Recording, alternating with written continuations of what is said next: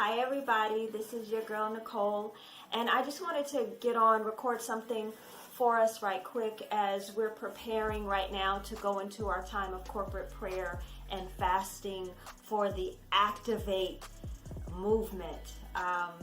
The prayer and fast with all of God's people, men, women, and children ahead of our election here in the United States in 2020. But I want to give some pointers on fasting that could help you anytime you decide that you want to fast, or if you're just curious. I preface all of this by saying I'm not a doctor, I'm not an expert. If whatever medical advice you need, please seek your doctor to give you advice.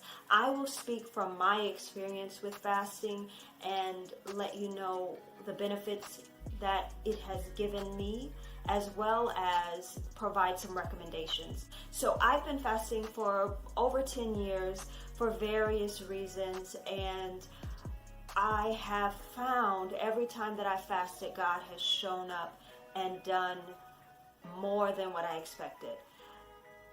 So I'm a believer. It's one of the disciplines of the Christian faith, and I believe that it's an awesome way to connect with God and to hear from Him. So I'll give you a few pointers. I'm going to go through them quickly, won't spend a lot of time, but first I want to give a definition of fasting. Simply, it's going without food, giving up food to turn your time and attention to God. Both sides of that equation are important, but the key part is the time and attention given to God. Focus time, focus attention, because it's Him that we come to in order to get the answers that we're looking for. I'm looking over here because I have a few notes. So why do we fast? It's a part of the Activate movement because it's the manner in which we're humbling ourselves, a la 2 Chronicles 7:14. As we're humbling ourselves to intercede for our nation and to intercede for the activation of the gifts in our own life. And so that's one reason. Another reason is that clarity is found in fasting. When we get those sugars, caffeine, toxins out of our body, because also with fasting, I generally stop my social media scroll, stop watching television. I'm putting all of my time into seeking God's face. Besides my normal activities, the things I have to do, go to work, take care of my chores, my household duties, but I'm making more space in my head, in my spirit, for God to speak.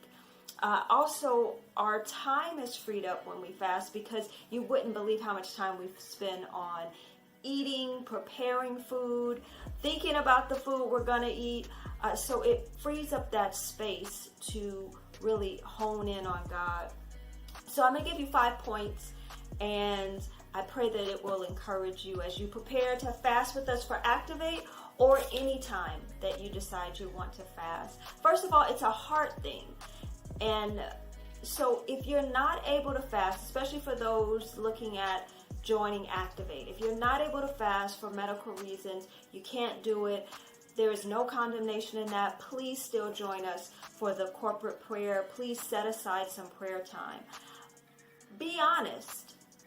If you don't have medical reasons and you just don't want to fast, it's okay to be honest with God about that.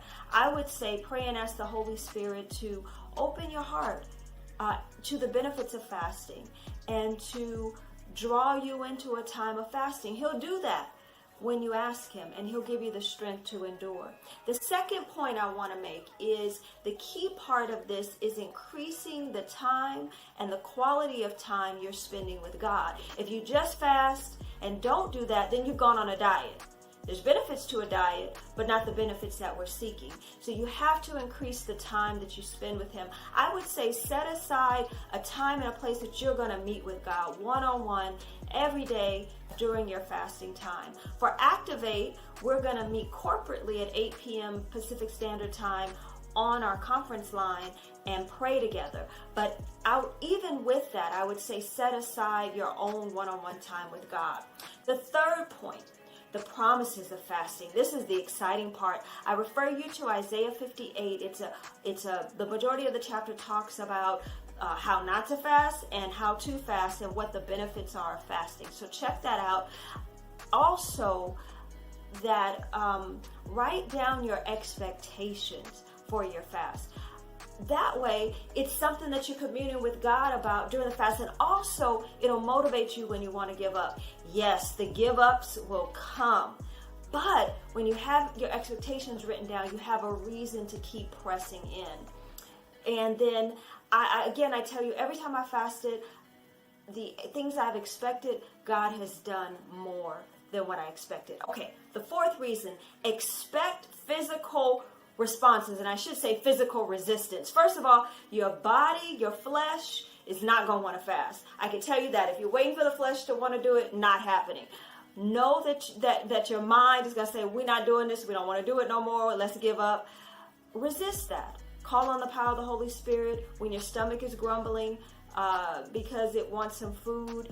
Pray, seek God, talk to Him, and you will be surprised at the energy and strength that you get. The physical body, so that's the flesh side, but even your physical body is going to have some responses to fasting. So expect that. I put some resources in the comments so you can check out different resources that have helped me as far as preparing for what my physical body will do. This will help you because at the point that you want to give up, you'll know, okay, my body's just detoxing. I would also say ease into it. Ease into it. If it's your first time fasting, especially, don't just go and stop eating. Decide your best fast type. That leads me to my fourth. Oh, am I on my fifth? My fourth point? We don't know. Anyways, the types of fasting. You can either do a full fast, water fast, a liquid fast, or a Daniel modified eating fast. Now, for this length of fast, which we'll be fasting for 7 days, I generally do a bit of nothing for some hours or a 24-hour period. I may do some juicing. I may do a Daniel fast, which is a modified fast. And I'll put resources so you can find out more about that. Basically in a Daniel fast, you're giving up certain food groups or food types. So you can decide, again, based on your what you need medically, what the Holy Spirit's leading you to do. It could be 1 meal a day. It could be certain hours of the day. But you let the Holy Spirit direct you in that. And again, talk to your doctor. If you have any health concerns, talk to your doctor. And again, I reiterate, if you cannot fast, please still join the Activate prayer. We still want you with us on that. The final point I have in starting and ending your fast, ease. I've said it again, ease into it and ease out of it. And easing in also means don't pig out before we start fasting. Our fast for Activate will start at 11:59 p.m. on Monday, October 26th. Don't pig out until 11:58 p.m. Why? Because it will make your fasting time very unpleasant. Your body will respond to that. And then don't pig out on the other end when the fast is complete, because your body will respond to the things that it has not received, and you may experience some discomfort. Again, I made some notes below, and if you have any questions, comments, please comment below or email me. I'll put my email address below so that you can talk to me more. Again, I'm not an expert. I don't know everything. I can only tell you my experience, and in my experience, God is faithful. When His people sacrifice, He shows up as He's promised to do. Okay, I love you all. I'm excited to do this Activate fast with you. I'm expecting great things. I'm just excited to hear what God's going to do. I'm excited to hear your voices on the line and to hear your testimonies afterwards. I love you. I'll talk to you soon. Bye.